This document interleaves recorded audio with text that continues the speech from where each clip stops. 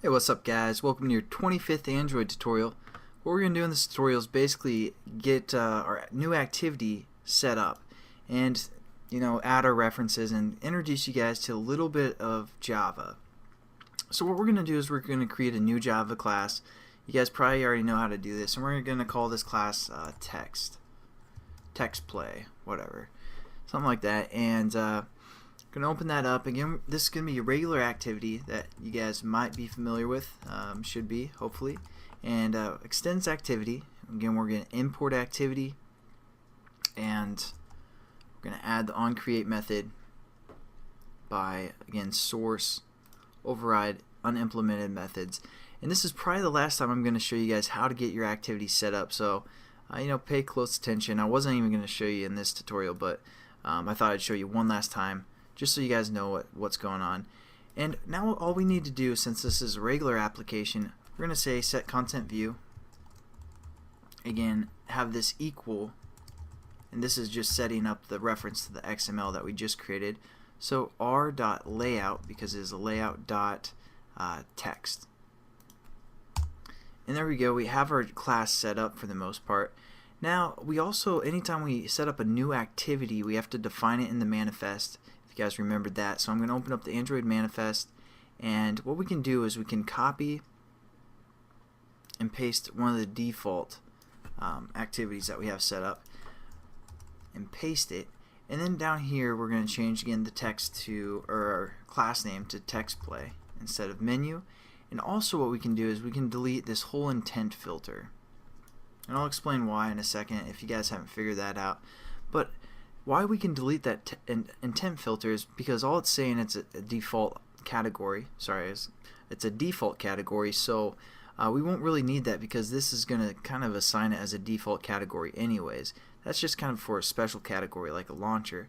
The other thing is the action name, and we aren't opening these activities anymore by the action name because we're going to go into our our menu class, and again it opens it by reference to the class name, so we don't even have to get the action name anymore because we're referring to the class path.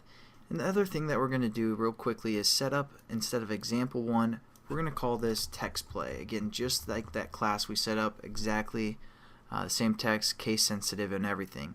So now our list activity will be able to open this class. So that's why we kind of set up that list activity. I know it's kind of confusing to go through, but it's an easy reference to access all of our all of our new activities that we're going to create. So hopefully everything's set up and it's going to work now within our emulator. But the last thing we're going to do is just set up some references, and you guys probably know how to do this as well. So we're going to say button, because we have a button, and we're going to call this check command. So that's what we're going to call our button. Again, we have to import the button and set it equal to, or create that bridge over to the XML. We're going to say button find view by ID again, r.id dot, and we're going to look for our button. Is it button results? Yeah, it must be. So we're going to use button results. And I'm just going to, well, no. Then we're going to set up a toggle button as well. And the nice thing is basically the name is the exact same as the name in XML. So you guys, if you ever forget what type of variable you're setting up, most likely it's the same name. So there you go. We're going to call this password, or pass. We're going to call it pass toggle, or pass tog, like that. And set that equal to something. We're also going to import it so we can use it as a toggle button. And find view by ID. This is kind of a repetitious tutorial. We really don't probably need to go on anymore. I just want to make sure you guys are set up properly here. And again, we're looking for the TG or TB toggle button password reference. And the last thing we have to set up, well, two more things, I'm sorry. An edit text. We're going to call this input. Set it equal to edit text, find view by ID again, and then edit text commands. See, that's why I kind of use this kind of reference, so I kind of know if it's an edit text or whatever.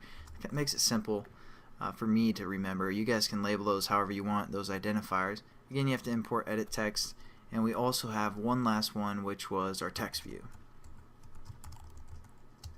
And we're going to call this display for the most part.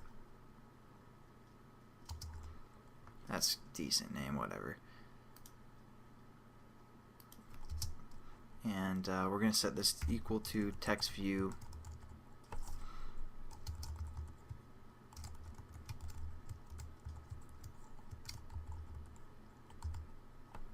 and text view results.